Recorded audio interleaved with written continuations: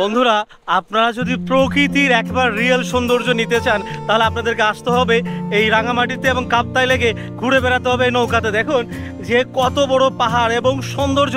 দর্শক, আমি আজকে আপনাদেরকে 1400 টাকায় কিভাবে রাঙামাটি ভ্রমণ করতে হয় এবং 1400 টাকায় কিভাবে আপনি সারাদিনে কোনো হিডেন চার্জ ছাড়াই রাঙামাটি ভ্রমণ করবেন সেটা আমি আপনাদেরকে বলবো। তবে এটা জানতে হলে আপনাদেরকে ভিডিও শেষ পর্যন্ত দেখতে হবে। একটা কথা মাথায় রাখবেন, যেখানে ঢাকা থেকে রাঙামাটি আসতে প্রায় বাস ভাড়ায় আসা যাওয়া লাগে প্রায় 1500 টাকার উপরে, সেখানে আমি কিভাবে 1400 টাকায় সারাদিনের থাকা খাওয়া প্লাস সব ঘোরাঘুরি একসাথে 1400 টাকা ক্লোজ করলাম, এই পুরো ব্যাপারটা জানতে হলে আপনাদেরকে শেষ পর্যন্ত দেখতে হবে।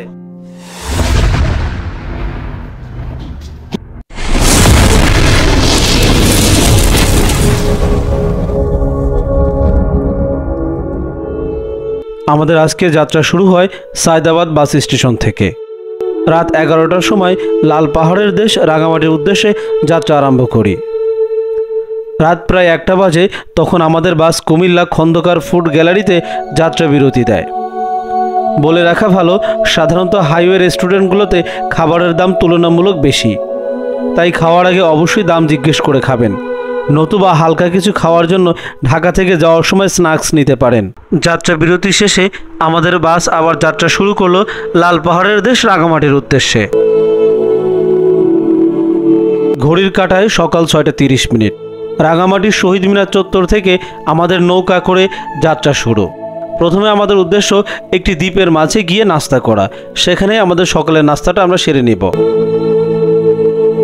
প্রকৃতির অপরূপ সৌন্দর্য দেখতে দেখতে আমরা এগিয়ে চললাম সেই দ্বীপের কাছে। প্রকৃতির মায়া মমতা স্নেহ যেন বারবারই আমাকে ডাকে, আর প্রকৃতির এই ভালোবাসার টানে আমি বারবার ফিরে আসি পাহাড় পর্বত ঝর্ণা আর এই প্রকৃতির মাঝে। দর্শক, আজকে সকালের নাস্তায় আমাদের আছে ডিম খিচুড়ি, আর সাথে 1 পিস শসা দিয়েছে। খাবারটা আপনার কাছে কেমন লাগছে? আমার সানি ভাই বলছে খাবারটা এতটা মানসম্মত না। আপনারা যেখানে নাস্তা করবেন ঠিক তার পাশেই একটা টং দোকান পেয়ে যাবেন। দর্শক, আমরা সকালে নাস্তা শেষ করে এখন এই রতন ভাইয়ের বোটে করে যাব হলো আদিবাসী পল্লীতে। সেখানে আপনাদেরকে ঘুরে ঘুরে দেখাবো পুরো আদিবাসী পল্লীটা। চলুন, আজকে আমাদের নৌকার দায়িত্বে আছেন রতন ভাই। চলুন আদিবাসী পল্লী যেতে যেতে আমরা জেনে নেই কিভাবে এই কাপ্তাই হ্রদের সৃষ্টি হয়েছে। কাপ্তাই লেক বাংলাদেশের রাঙামাটি জেলার কর্ণফুলী নদীর উপর 1956 সালে কাপ্তাই বাঁধ নির্মাণের ফলে সৃষ্টি হয়। এটি একটি কৃত্রিম হ্রদ যা জলবিদ্যুৎ উৎপাদনের জন্য তৈরি করা হয়েছিল এবং এই বাঁধের কারণে রাঙামাটির প্রায় 54,000 একর কৃষি জমি পানির নিচে তলিয়ে যায় মারমারাজার বাড়ি। কাপ্তাই হ্রদ বাংলাদেশের বৃহত্তম মানবসৃষ্ট হ্রদ। এটি চট্টগ্রাম বিভাগের রাঙামাটি জেলার কাপ্তাই উপজেলায় অবস্থিত। কাপ্তাই হ্রদের গভীরতা 100 ফুট এবং সর্বোচ্চ গভীরতা 175 ফুট। কাপ্তাই বাঁধ নির্মাণের ফলে প্রায় 40% জমি পানির নিচে চলে যায় এবং 1 লক্ষ মানুষ বাস্তুচ্যুত হয়। দর্শক, আমরা আজকের দিনের প্রথম স্পটে চলে আসলাম আদিবাসী পল্লী। আপনারা নৌকা যেখান থেকে নাস্তা করবেন 20 মিনিট মতো নৌকা চলার পরে আপনারা একদম ছোট্ট একটা আদিবাসী পল্লী পেয়ে যাবেন। এখানে আপনারা ডাব পাবেন, তারপর আনারস পাবেন এবং আদিবাসী বা উপজাতিদের যে সকল খাবার থাকে সেগুলো আপনারা এখানে পেয়ে যাবেন এবং পাশাপাশি পেয়ে যাবেন হলো তাদের হাতে বোনানো কাপড়।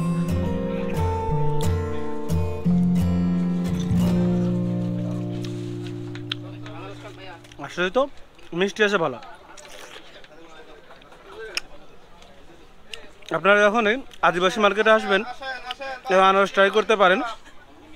আনারসের দাম নিয়েছে 20 টাকা, অথচ ভালো মিষ্টি আছে, যেটা ঢাকাতে 100-150 টাকা করেও কিনে এত মিষ্টি আনারস পাওয়া যায় না। এই আদিবাসী মার্কেটগুলোতে আপনারা পেয়ে যাবেন নানান রকমের কাপড়, 3 পিস 2 পিস এবং মেয়েদের জন্য খুব সুন্দর সুন্দর কিছু ড্রেস পাওয়া যায়। বিশেষ করে মেয়েদের জন্য যে হ্যান্ডব্যাগগুলো পাওয়া যায় অসম্ভব সুন্দর লাগে। আপনি যদি এটা দেখেন আপনাকে কিনতেই মন চাবে। তবে বলে রাখি, দাম কিন্তু বেশি না। 300 থেকে 500 টাকার মধ্যে এখানে যে সমস্ত মালামাল আছে বা দ্রব্যাদি আছে সবগুলো আপনি কিনতে পারবেন পার পিস 3 থেকে 500 টাকার মধ্যে। আর এখানকার আনারস এক কথায় অসাম। এত মিষ্টি আনারস আপনি কি ঢাকা শহর বা আশেপাশে কোথাও পাবেন না। একেবারে কীটনাশক মুক্ত আনারসগুলো এবং কলাগুলো খুবই সুন্দর। চাইলে আপনি যে কোনো খাবার এখান থেকে ট্রাই করবেন। যেহেতু আপনি পাহাড়ে যাবেন, যেহেতু আদিবাসী মার্কেটে গিয়েছেন, অবশ্যই চেষ্টা করবেন সেখানকার স্থানীয় বা ট্রেডিশনাল যে ফুড, যে খাবারগুলো আছে সেগুলো নিয়মিত খাওয়ার। আমরা আদিবাসী মার্কেটটা দেখা শেষ করে এখন যাচ্ছি মন্দিরে। এটা মোটামুটি উঠতে একটু কষ্টই লাগছে, অনেক দিন পর পাহাড়ে উঠতেছি। মানে যে পাহাড়টা খাড়া একেবারে, যদি একটু উঁচু নিচু তো কথা ছিল না, একেবারে খাড়া। দেখুন ওই নিচ থেকে উঠে আসছি, পাহাড় বেয়ে উপরে উঠে একটা সমতল জায়গা পাবেন, আবার সেই সমতল জায়গা থেকে আপনাদেরকে নিচে নামতে হবে। এই দেখুন এরকম নিচে নামতে হবে, আবার নিচে নেমে আবার উপরের দিকে উঠতে হবে। দর্শক, আপনারা আনুমানিক 10 মিনিট হাঁটার পরে পাহাড়ের চড়াই উচ্চড়াই পেরিয়ে আপনারা এই বৌদ্ধ মন্দিরটা দেখতে পাবেন। দেখুন কত সুন্দরভাবে তারা বানিয়েছে। বিশেষ করে আমি যত জায়গায় গিয়েছি সব জায়গায় এই বৌদ্ধ দেব বা বৌদ্ধ মন্দিরের কালারটা একই রকম থাকে। আপনাদের কাছে আমার কোশ্চিন যে কালারটা আসলে এই টাইপের কেন থাকে, এই মন্দিরে বা এই বৌদ্ধের কালারটা অন্যরকম কেন হলো না, অবশ্যই কমেন্ট বক্সে জানিয়ে যাবেন।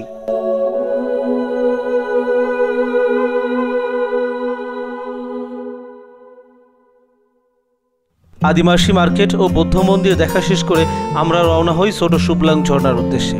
শুভলং ছোট ঝর্ণার প্রবেশ মূল্য মাত্র 20 টাকা।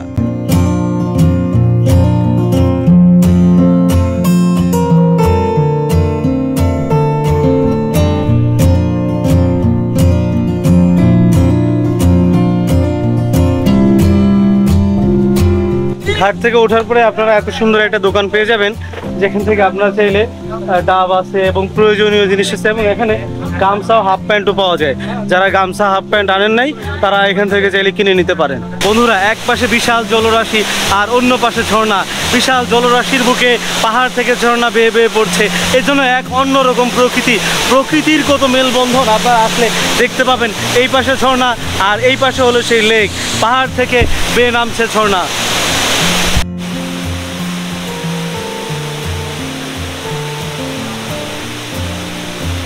প্রকৃতির অপরূপ সৌন্দর্য দেখতে দেখতে আমরা ছুটে চলছি শুভলং ঝর্ণার উদ্দেশ্যে। প্রকৃতি যেন তার আপনভাবে নিজেকে বিলিয়ে দিয়েছে আমাদের মাঝে। এই যে কি প্রশান্তি, তা শুধু যারা একবার ভ্রমণ করে তারাই বলতে পারবে। আসলে কাপ্তাই লেকের সৌন্দর্য, লাল পাহাড়ের সৌন্দর্য আপনি কখনো কি মুখে বলে বোঝাতে পারবেন না, বা এই ক্যামেরার চোখ দিয়ে দেখে বুঝতে পারবেন না। আসল সৌন্দর্য নিতে হলে আপনাদেরকে আসতে হবে লাল পাহাড়ির দেশ রাঙামাটিতে। বন্ধুরা, আমার মনে হয় আমরা যতটুকু জায়গা যাব তার সব থেকে সুন্দর জায়গা হলো এটা। দেখুন দুই পাশে বড় বড় পাহাড় আর মাছ দিয়ে লেক, আর সেই লেকের বুকে ভেসে বেড়াচ্ছি আমাদের এই বোটটা। দেখুন যে আমরা কত ভ্রমণ পিপাসু মানুষ আজকে এই লেকের সৌন্দর্য, এই পাহাড়ের সৌন্দর্য, এই ঝর্ণার সৌন্দর্য নিতে এসেছি। চলুন আপনাদেরকে দেখাই।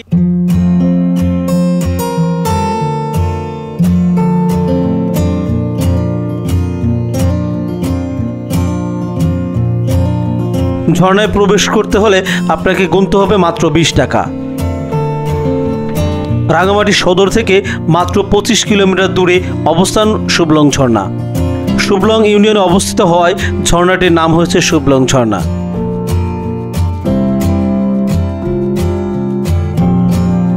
বর্ষার মৌসুমে 300 ফুট উপর থেকে ঝর্ণার পানি আছড়ে পড়ে কাপ্তাই লেকের বুকে।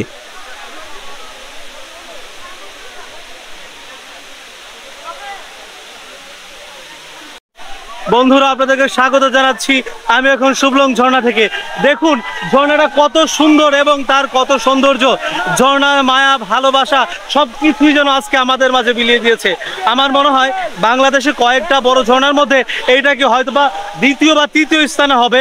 দেখুন কত বড় ঝর্ণা এবং কত উঁচু থেকে পানি পড়ছে। 300 ফুট উঁচু থেকে ঝর্ণার শীতল পানি আপনার শরীরকে মোহমোহ আনন্দিত করে তুলবে, গড়ে দেবে সারাদিনের যত ক্লান্তি, যত দুঃখ আছে সব মুছে দিয়ে একাকার করে নিবিড় সম্পর্কের মাঝে হারিয়ে দেবে আপনার ঝর্ণার বুকে। ঝর্ণা গোসল শেষ করে আমরা দুপুরের খাবারের জন্য আমরা ইয়ারং রেস্টুরেন্টের উদ্দেশ্যে রওনা হই, যেটি কিনা একটা দ্বীপের মাঝে অবস্থিত। আমরা দুপুরের খাবার খাওয়ার জন্য এই ইয়ারং রেস্টুরেন্ট আবার চলে এসেছি। এখানে আমরা আজকে দুপুরে লাঞ্চ করব। চলুন দেখি আমাদের লাঞ্চে আজকে কি রাখা হয়েছে।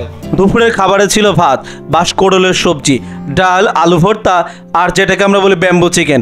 আসলে আমরা যে বাজেট ট্যুরে এসেছি সেখানে ব্যাম্বু চিকেন মূলত যে বাঁশের মধ্য থেকে রান্না করে সেটা হয়তো পাওয়া একটু দুষ্কর হয়ে যাবে। তবে ওভারঅল আমার যে বাজেট 1400 টাকা, সেই বাজেটের মধ্যে এটা একটা সেরা খাবার ছিল।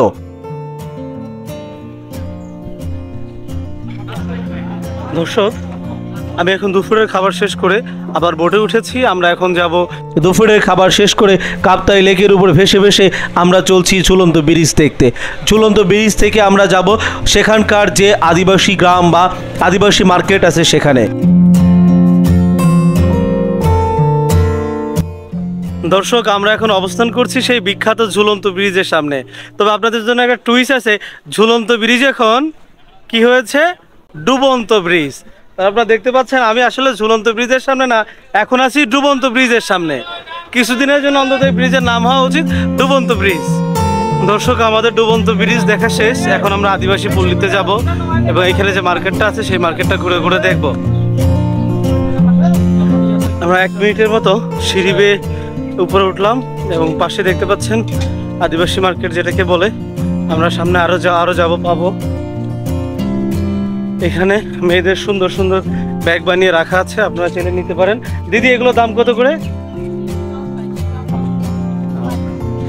সাইজের উপর ডিপেন্ড করে এগুলো দাম আসলে কত, 300 টাকা, 400 টাকা বা 500 টাকা।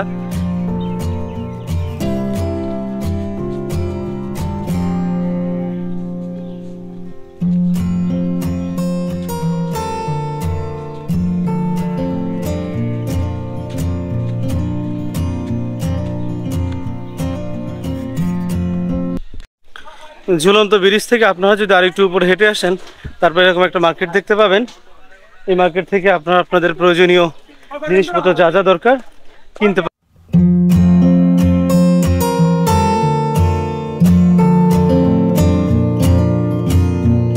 এত লাল এই কি কলার নাম কি? সূর্যমুখী কলা। সূর্যমুখী কলা। এ কি?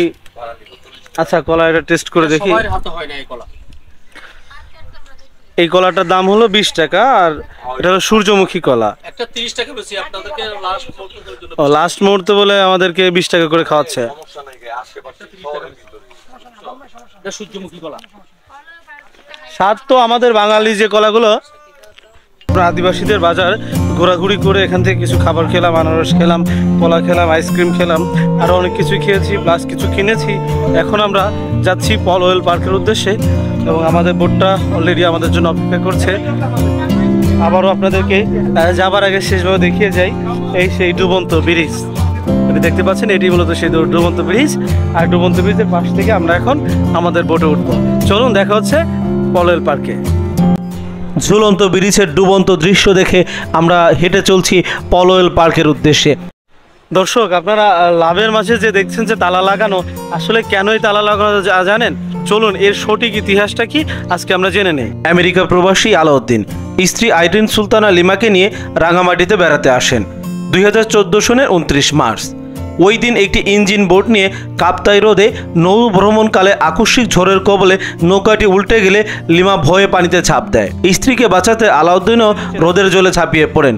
ডুবুরিরা অনেক খোঁজাখুঁজির পরও তাদের খুঁজে পাননি। 3 দিন পর 22 মার্চ পরস্পরকে আলিঙ্গনরত অবস্থায় আলাউদ্দিন ও লিমা পানিতে ভেসে ওঠে। মৃত্যু বুঝি এই দম্পতিকে বিচ্ছিন্ন করতে পারেনি। ভালোবাসার এই বিরল দৃশ্য পার্বত্য শহর রাঙামাটি মানুষ আবেগাপ্লুত করে। আলাউদ্দিন লিমার ভালোবাসার প্রতি শ্রদ্ধা জানিয়ে যে স্থানে তাদের মরদেহ ভেসে উঠেছিল তারই পাশে পল ওয়েল পার্কে নির্মিত হয়েছে দেশের প্রথম লাভ পয়েন্ট। শুধু এই দম্পতি নয়, সারা পৃথিবীর সব প্রেমিক প্রেমিকার চিরন্তন ভালোবাসার প্রতি সহমর্মিতা জানিয়ে নিবেদিত স্থানটি নির্মিত করা হয়েছে। তাই তো এই লাভ পয়েন্টে মানুষ তালা লাগিয়ে রাখে তাদের প্রিয় মানুষকে ফিরিয়ে পাওয়ার জন্য।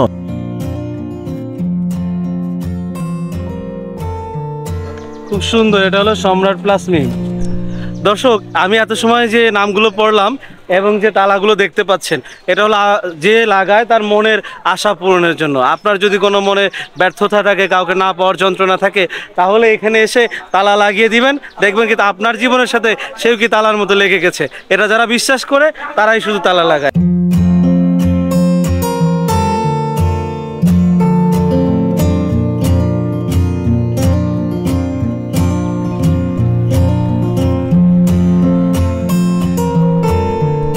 আপনাদেরকে ঝুলন্ত ব্রিজের ঝুলন্ত অবস্থা দেখাইতে পারি নাই, তবে আমি পলওয়েল পার্কে এসে আপনাদেরকে সেই ঝুলন্ত ব্রিজের স্বাদ কিছুটা হলেও পূরণ করব।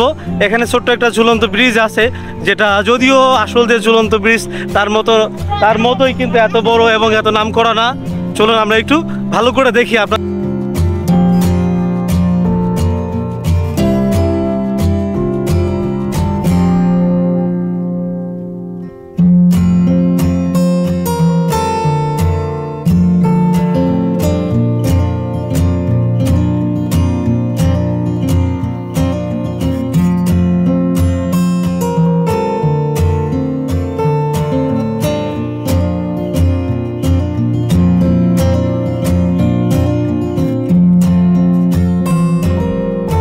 আমি এখন কথা বলছি লাভ পয়েন্ট থেকে। আপনারা অবশ্যই ইতিমধ্যে জেনে গেছেন এই লাভ পয়েন্ট কেন তৈরি করা হয়েছিল, তবে আপনাদেরকে একটা বিষয় কিন্তু জানানো হয় নাই, আমি কিভাবে 1400 টাকায় পুরো রাঙামাটি ভ্রমণ করলাম।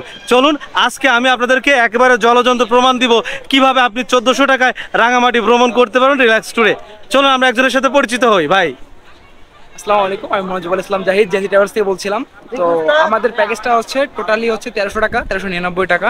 তো এর মধ্যে পাচ্ছেন আপনারা যাওয়া আসা, বাস সার্ভিস, টোটাল 2 বেলা খাবার, সকল জায়গায় এন্ট্রি ফি এবং আমাদের ট্রলার যেটা আছে সারাদিনের জন্য রিজার্ভ করা, এটা পাচ্ছেন। আর সাথে যদি 100 টাকা যোগ করতে পারেন তাহলে যদি 1400 টাকা হয়, তাহলে আপনাদের হচ্ছে স্থানীয় যে traditional bamboo food, bamboo chicken, সেটা হচ্ছে খেতে পারবেন। তো মাত্র 1400 টাকায় কোনো হিডেন চার্জ ছাড়াই, আমাদের কোনো হিডেন চার্জ ছাড়াই মাত্র 1400 টাকায় আপনি পাচ্ছেন যাওয়া আসা সার্ভিস, যেখানে আপনার রাঙামাটি এমনি নর্মালি আসতে আপনার বাস ভাড়া লাগেই 700 টাকা, আপ ডাউন করতে আপনার 1400 টাকা যাবে। তো ইন টোটালসলি আপনারা ফ্যামিলি যারা কাপল, তারপর হচ্ছে যারা এমনি ডেটুর করতেছেন, সময় সুবিধা পাচ্ছেন না, কম বাজেট আসতে যাচ্ছেন, তাদের জন্য বেস্ট অপশন হতে পারে আমাদের এই জেনজি ট্রাভেলার্স।